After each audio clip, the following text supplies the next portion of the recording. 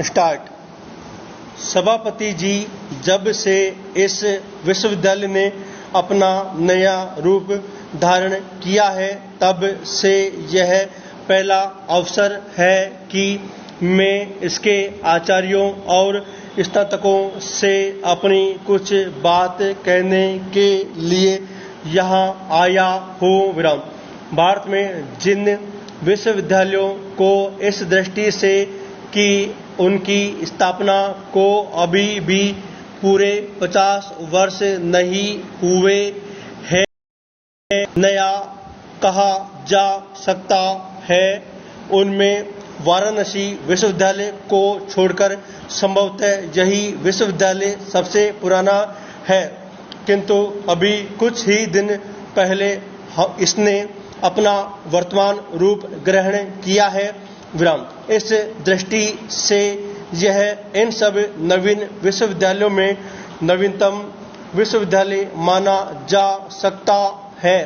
विराम। अभी इसकी परंपराओं की श्रृंखलाएं इतनी कठोर नहीं हो गई है कि यह नए पथ पर सरलता से अग्रसर न हो सके। विराम। अतः मैं इससे यह आशा करता हूँ कि यह अपनी शिक्षा का ढंग कुछ ऐसा रखेगा जिससे कि यह मानव जीवन की शिक्षा के सब प्रयोजनों को पूरा कर सके। विराम। मैं यह कई अवसरों पर और कई स्थानों पर कह चुका हूँ कि हमारी वर्तमान शिक्षा प्रणाली, चाहे वह प्राथमिक विद्यालयों की, माध्यमिक विद्यालयों की अथवा विश्वविद्यालयों को ही उपरोक्त उद्देश्यों को पूरा करती प्रतीत नहीं होती। विराम। कम से कम यह बात तो है ही है कि यह ऐसी नहीं है कि शिक्षा के उद्देश्यों को संतुलित रीति से पूरा कर सके। विराम। आपकी अनुमति से इस संबंध में मैं आपसे कुछ शब्द कहना चाहता हूँ। Paragraph change. मेरा यह मत है कि शिक्षा के 3 उद्देश्य होते हैं, जिनमें से 2 उद्देश्य तो व्यक्ति के अपने निजी जीवन से संबंध रखते हैं और तीसरा व्यक्ति के सामूहिक जीवन से संबंधित है। विराम।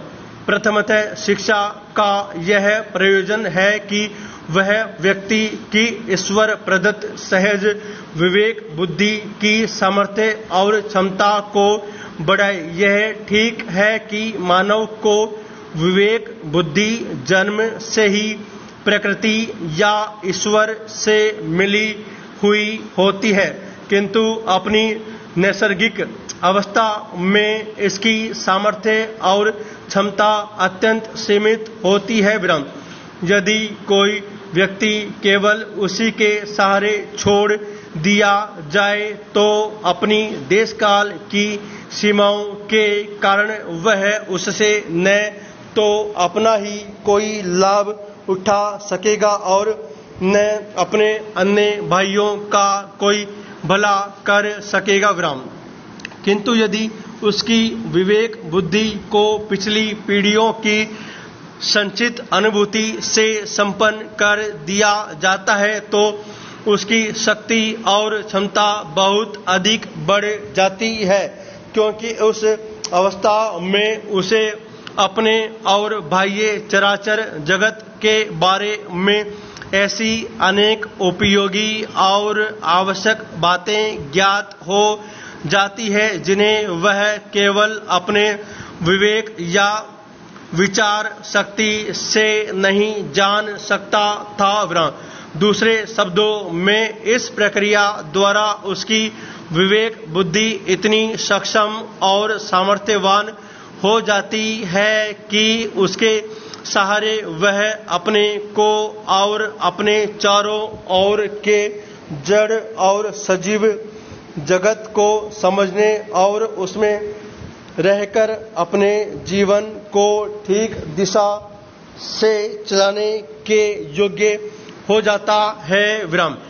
बुद्धि एवं विचार शक्ति को और अधिक सामर्थ्यवान बनाने की प्रक्रिया को ही शिक्षा कहा जाता है।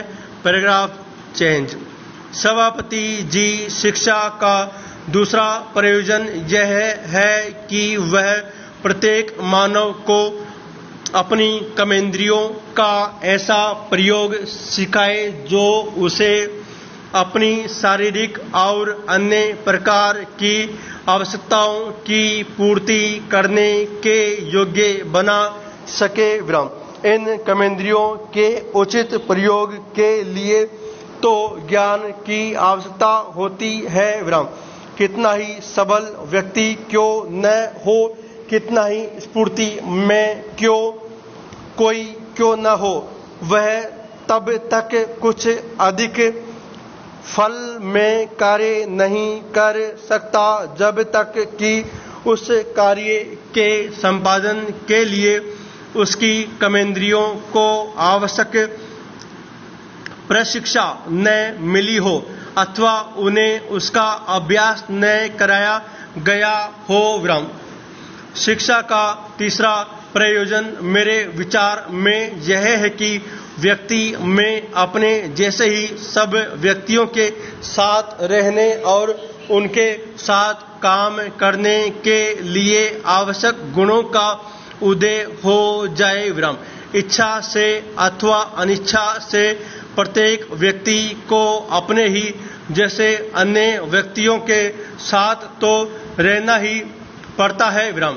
संसार से दूर कोई भी अपनी अलग कुटिया नहीं बना सकता और न बना पाता है। विराम।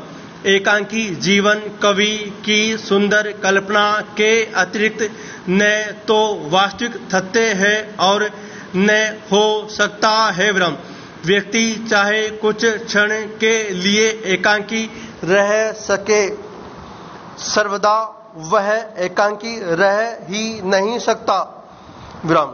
अतः जब सामूहिक जीवन मानव जीवन का अनिवार्य तथ्य है, तब यह आवश्यक है कि प्रत्येक व्यक्ति को साथ रहने की कला आ जाए। पिछली शताब्दियों में जब सामूहिक जीवन का क्षेत्र सीमित था और जब आर्थिक क्रियाएं इतनी केंद्रित नहीं हुई थी, इन तीनों प्रयोजनों के लिए संगठित प्रयास करने की तथा उनमें प्रशिक्षण संतुलन बनाए रखने की विशेष आवश्यकता न थी। किंतु आज तो सामूहिक जीवन का क्षेत्र भूमंडल व्यापी है और अधिक क्रियाओं का सीमातिरेक संकेंद्रण हो गया है। विराम।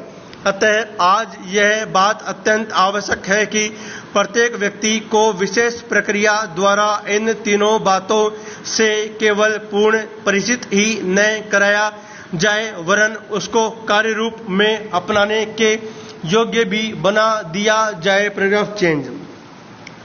अतः पिछली कुछ शताब्दियों या दशाब्दियों में सारे जगत के लोगों की अतीत से दाएं में मिली शिक्षा व्यवस्था में मूलभूत परिवर्तन की आवश्यकता का अनुभव होता रहा है और विभिन्न देशों में विभिन्न प्रकार के परिवर्तन होते भी रहे हैं। यह कहना अनुचित न होगा कि पिछले दिनों जगत भर में शिक्षा के क्षेत्र में भी वैसी क्रांति होती रही जैसी कि आर्थिक और राजनीतिक जगत में हुई है। विराम।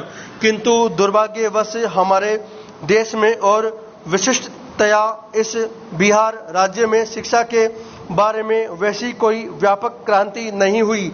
इस दिशा में लोगों का ध्यान तो गया है, किंतु कार्य क्षेत्र में उसका अभी कोई उल्लेखनीय फल दिखाई नहीं पड़ता। विराम। यह ठीक है कि किसी सीमा तक हमारी शिक्षा संस्थाएं शिक्षा के प्रथम प्रयोजन को पूरा करती है। विराम। इन संस्थाओं के सदस्यों को पिछली पीढ़ियों की संचित अनुभूति से किसी सीमा तक परिचित अवश्य कराया जाता है, किंतु यह परिचय कराने का जो उद्देश्य है अर्थात विवेक या विचार बुद्धि को सजग, सक्षम और सामर्थ्यवान बनाना, वह पूरा नहीं हो रहा है। पूर्ण विराम।